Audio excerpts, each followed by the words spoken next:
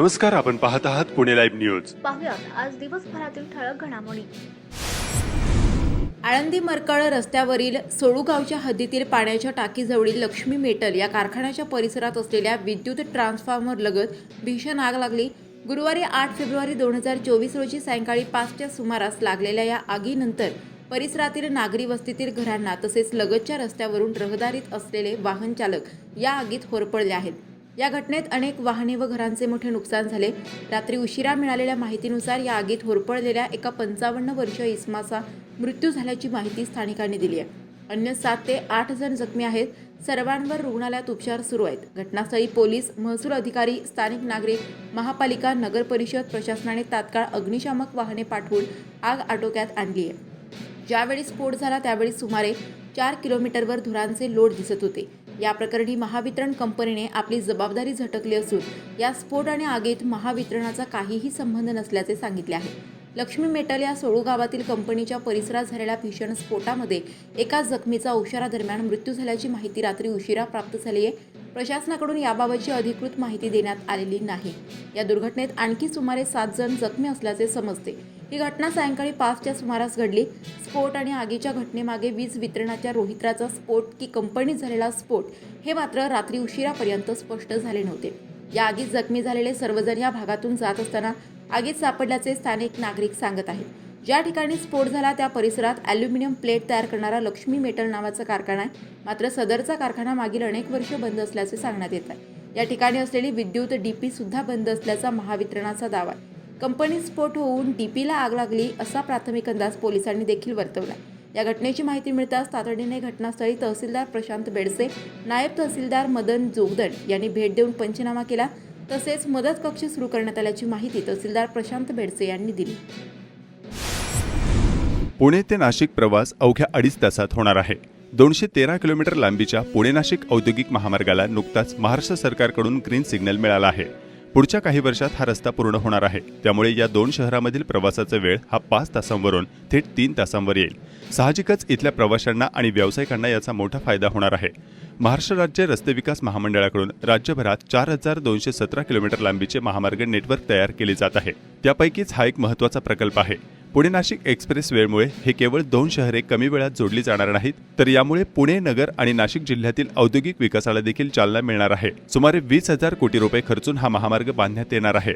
हा महामार्ग राजगुरुनगर, चाकण, मंचर आणि शिर्डे या प्रसिद्ध तीर्थक्षेत्राला सुद्धा जोडला जाणार आहे. या महामार्गाचे 3 महत्त्वाच्या टप्प्यात विभाजन केलं जाणार आहे. पुणे नाशिक एक्सप्रेस वेमुळे या भागातील वाहतूक आणि पायाभूत सुविधांना आवश्यक रीतीने चालना मिळणार आहे. शासनाने प्रतिबंधित केलेल्या गुटखा विक्री प्रकरणी महाळुंगे एमआयडीसी पोलिसांनी एकाला अटक केली. ही कारवाई सायंकाळी खेड तालुक्यातील खालुंब्रे या ठिकाणी करण्यात आली. महेश कुमार प्रभुदयाल पाठक, वय वर्ष 42, राहणार खालुंब्रे असे अटक केलेल्या आरोपीचे नाव आहे. राजगुरुनगर हद्दीत 1300 किलो गोमांस घेऊन जाणाऱ्या वाहनावर कारवाई करण्यात आली आहे. विश्व हिंदू परिषद बजरंग दल खेड चाकण गोरक्षा विभागाने याबाबतची माहिती दिली आहे. गुरुवार दिनांक 8 फेब्रुवारी 2024 रोजी सकाळी 6 वाजण्याच्या सुमारास गाडीमध्ये गोमांस घेऊन जात असल्याची माहिती मिळाली असता गोरक्षकांनी खेड येथील वरिष्ठ अधिकारी यांच्याशी संपर्क साधून कारवाई केली. खेड पोलीस याबाबतचा अधिक तपास करत आहेत. राजगुरुनगर या ठिकाणी शहरातील अंतर्गत भागात वाहतूक कोंडी, पार्किंग असे प्रश्न गंभीर झाले आहेत. प्रांत, तहसील, पालिका आणि विविध शासकीय कार्यालय तसेच न्यायालय यामुळे या भागात वाहतूक कोंडी आणि पार्किंग हे प्रश्न दिवसेंदिवस जटिल होत असल्याचं या भागात येणारे नागरिक सांगत आहेत. खेड तहसीलदार व विविध शासकीय कार्यालयात कामानिमित्त येणाऱ्या नागरिकांना विविध समस्यांना तोंड द्यावे लागत आहे. या भागात प्रवेश करताच बेशिस्त पार्किंगचा सामना करावा लागतो आहे. खेडच्या पश्चिम भागातील आंबोली परिसरातील साबळेवाडी वाघू ते कान्हेवाडी सातकरवाडी या जोड रस्त्याचे मुर्मीकरण, सपाटीकरणाचे काम सुरू करण्यात आले आहे.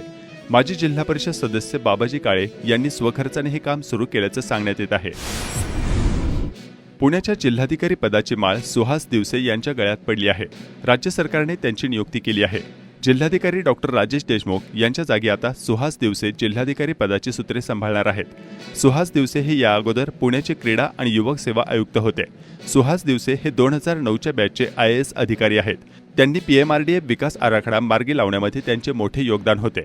दरम्यान सुहास दिवसे यांनी अविभक्त खेड उपविभाग असताना जुन्नर, आंबेगाव आणि खेड तालुका उपविभागीय अधिकारी म्हणून यापूर्वी यशस्वीरित्या काम केले होते. तसेच ते यापूर्वी पुणे विभागीय आयुक्त कार्यालयात उपायुक्त देखील राहिलेले होते. दरम्यान डॉक्टर राजेश देशमुख यांची नियुक्ती राज्याचे नवीन क्रीडा व युवक आयुक्त म्हणून नियुक्ती सुहास दिवसे यांच्या जागी करण्यात आलेली आहे. खेड तालुक्यात मराठा समाजातील पात्र व्यक्तींना कुणबी जातीचे प्रमाणपत्र देण्यासाठी मंडलनिहाय शिबिराचे आयोजन करण्यात आले आहे.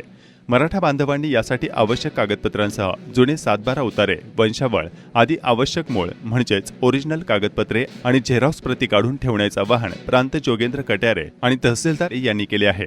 खेड तालुक्यात सोमवार दिनांक 12 ते 27 जानेवारी दरम्यान विविध मध्यवर्ती गावातून 17 शिबिरांचे आयोजन करण्यात आल्याचं महसूल विभागाकडून सांगण्यात आलं आहे.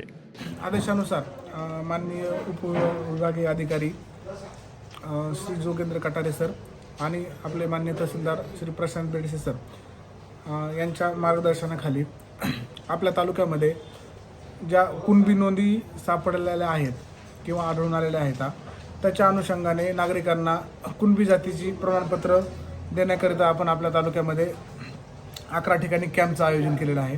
प्रत्येक मंडळ मुख्यालयाच्या ठिकाणी व इतर जी मोठी गाव आहेत अशा ठिकाणी आपण कॅम्पचं आयोजन केले. तर त्या कॅम्पमध्ये आपल्या तालुक्यातील जास्तीत जास्त नागरिकांनी सहभागी होऊन ह्या कुणबी जातीच्या दाखल्यांसाठी आपण अर्ज दाखल करायचा आहे. त्याच्यानंतर तपासणी होऊन आपल्याला दाखला देण्यात येईल. तर जास्तीत जास्त नागरिकांनी लाभ घ्यावा असे मी सगळ्यांना आवाहन करतो. 11 ठिकाणी आपण कॅम्पचं नियोजन केलेलं आहे. कॅम्पमध्ये अर्जाची जी फी आहे ती फी फक्त भरावी लागेल. बाकीचं ऑफिशियल जी फी आहे अर्जाची 33.5 रुपये वगैरे काहीतरी फी आणि ॲफिडेविटची जी काय असेल ती फी आपल्याला भरायची फक्त. बाकी प्रमाणपत्र मिळेल आपल्याला. खेड तहसील कार्यालयाच्या आवारात असलेले नागरी सुविधा केंद्र अनेकदा सर्व्हर डाऊन असल्याच्या कारणाने बंद राहत असल्याच्या नागरिकांच्या तक्रारी आहेत. तालुक्याच्या दुर्गम भागातून येणाऱ्या नागरिकांची यामुळे गैरसोय होत असल्याचं खुद्द नागरिकच सांगत आहेत. माझं नाव दत्तात्रय ज्ञानदेव कांबळे. मी पश्चिम भागातील ग्रामीण भागातून औंढे इथून आलेले आहे. बऱ्याच वेळा असं होतं की इथं खेडचे तहसीलदार कार्यालयामधले जे नागरी सुविधा केंद्र आहे इथं बऱ्याच वेळा आल्यानंतर असा अनुभव येतो की सर्व्हर डाऊन आहे. नंतर या सर्व्हर डाऊन आहे, दुपारी या 1 तास लागत, 2 तास लागत. आता जवळजवळ 100 ते 200 रुपये खर्च येतो इथं यायला. इथं येणं जाणं सर्वसाधारण माणसाला परवडणार नाही आणि या बऱ्याच लोकांच्या प्रॉब्लेम आहेत. पण ही लोक काही लक्ष द्यायला तयार नाही. तर कोणत्याकडे तक्रार केल्या तर कुणी ऐकायला पण तयार नसते. बऱ्याच वेळा आम्ही येऊन मागे फिरून जाते. आता पण 4 दिवस झाले एकदा येऊन गेलोय. आता आज आलोय तर आता सर्व डाऊन आहे. स्पार्क मुंडा फाउंडेशन व प्रहार अपंग क्रांती आंदोलन खेड तालुका यांच्या संयुक्त विद्यमाने दिव्यांग मोफत शिबिर आयोजित करण्यात आले होते. खेड पंचायत समिती कार्यालय राजा छत्रपती शिवाजी महाराज सभागृहामध्ये आयोजित कॅम्पमध्ये कृत्रिम हात, पाय, काठी, वॉकर, कुबड्या इत्यादी साहित्यांचे मोजमापन शिबिर घेण्यात आले. जुन्नर वन विभाग अंतर्गत देवराई विषयी निसर्ग संवर्धनाचा समृद्ध वारसा देवराई या पुस्तकाचे प्रकाशन खेड वनपरिक्षेत्र कार्यालयात आमदार दिलीप मोहिते पाटील यांच्या हस्ते करण्यात आले. यावेळी जुन्नर उपवनसंरक्षक अमोल सातपुते, वन विभागाचे सेवानिवृत्त वनसंरक्षक रंगनाथ नाईकडे यांच्यासह मान्यवर उपस्थित होते.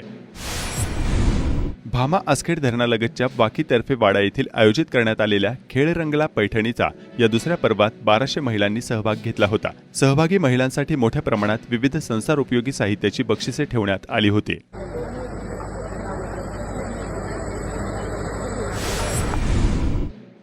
आळंदी येथे धीरेंद्र शास्त्री उर्फ बागेश्वर धाम सरकार यांनी आज जगद्गुरू संत श्री तुकाराम महाराज यांच्या समाधीचे दर्शन घेतले. नमस्कार, आपण पाहत आहात पुणे लाईव्ह न्यूज.